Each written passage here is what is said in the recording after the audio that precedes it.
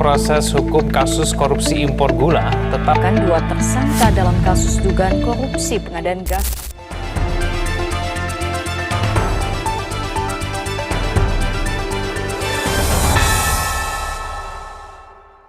Selamat siang pemirsa, kembali bersama kami di program Audit Investigasi, sebuah ruang tanpa batas untuk mengungkap fakta. Saya Juli bersama rekan-rekan saya, Ariel dan Dio, siap membawa Anda menyelami salah satu kasus dugaan penyimpangan paling mencolok yang kini tengah disorot.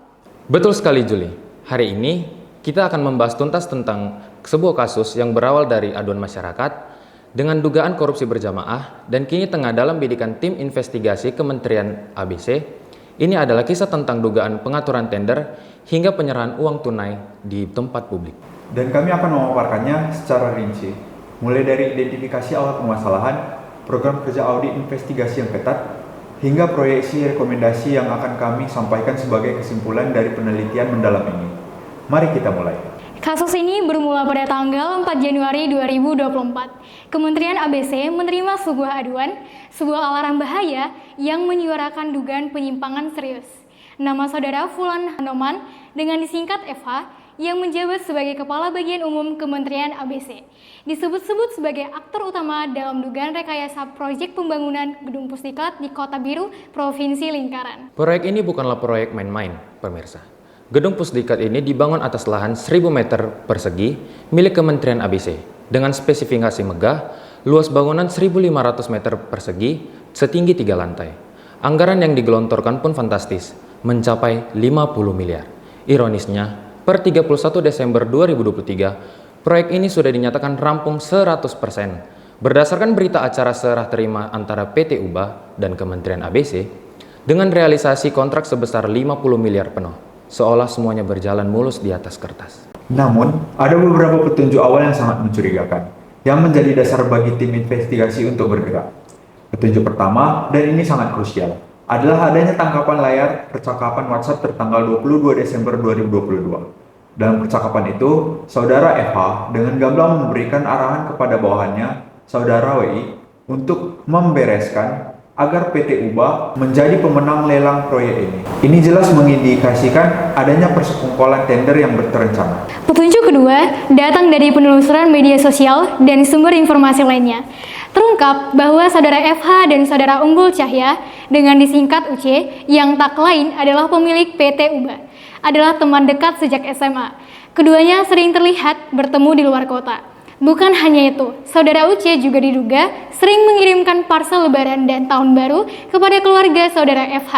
Puncaknya, pada tahun 2023, Saudara UC bahkan memberikan voucher paket perjalanan umroh untuk Saudara FH dan istrinya. Ini bukan sekedar pertemanan biasa pemirsa, melainkan sebuah pola gratifikasi yang sistematis. Berbekal informasi yang kuat, tim investigasi tidak akan tinggal diam.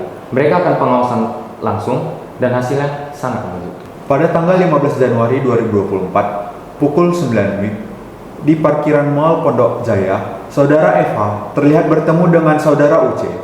Momen kunci terjadi ketika Saudara FH menerima sebuah goodie bag berwarna merah muda dari Saudara UC. Dugaan kuat kami, goodie bag tersebut berisi uang. Setelah penyerahan, keduanya langsung meninggalkan lokasi dengan kendaraan masing-masing.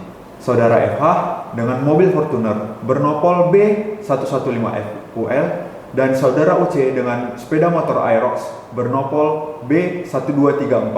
Peristiwa ini menjadi bukti fisik yang tak terbantahkan, memperkuat dugaan adanya suap atau gratifikasi langsung yang dilakukan setelah proyek dinyatakan rampung. Insiden goodie bag merah muda ini adalah puncak gunung es dari serangkaian hubungan tidak wajar antara kedua pihak.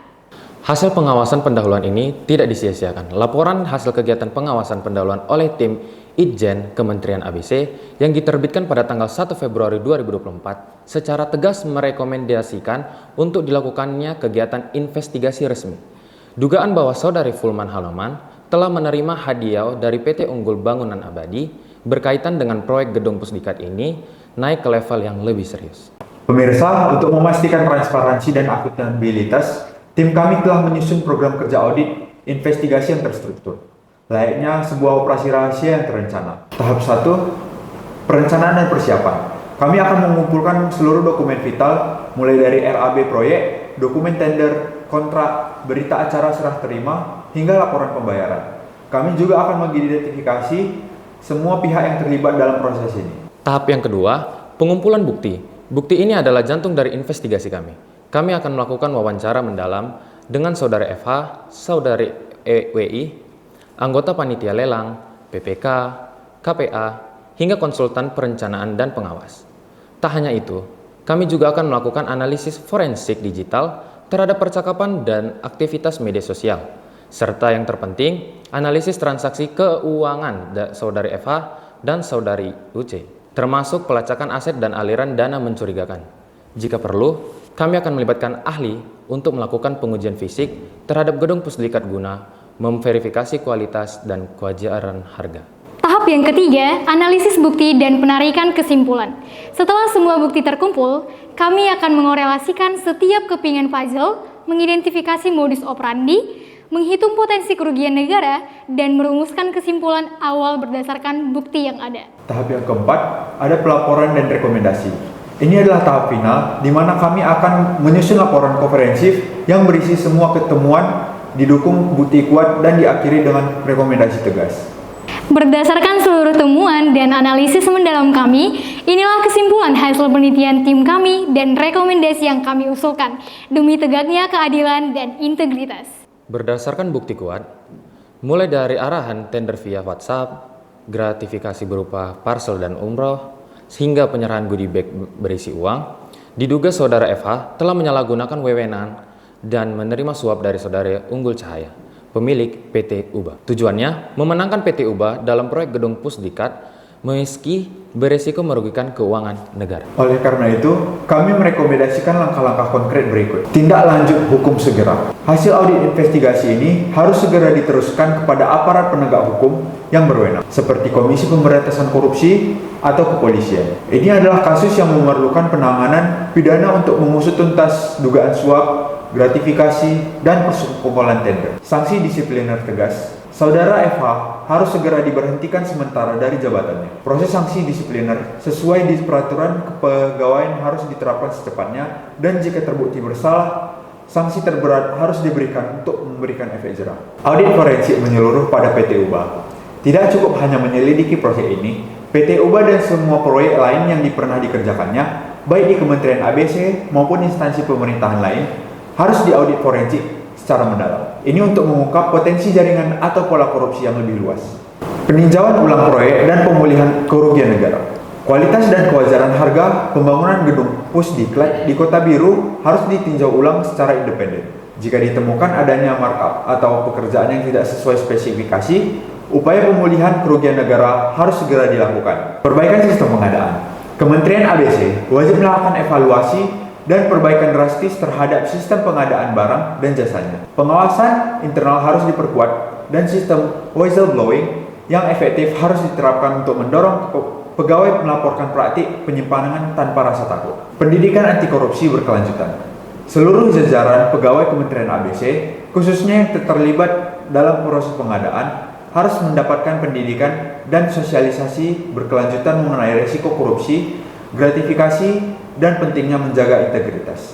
Nah, pemirsa, inilah pemaparan lengkap dari tim audit investigasi mengenai kasus dugaan korupsi di proyek Gedung Pusdiklat Kementerian ABC. Kami berharap hasil penelitian ini dapat menjadi landasan kuat bagi penegak hukum dan Kementerian ABC untuk mengambil tindakan yang tegas.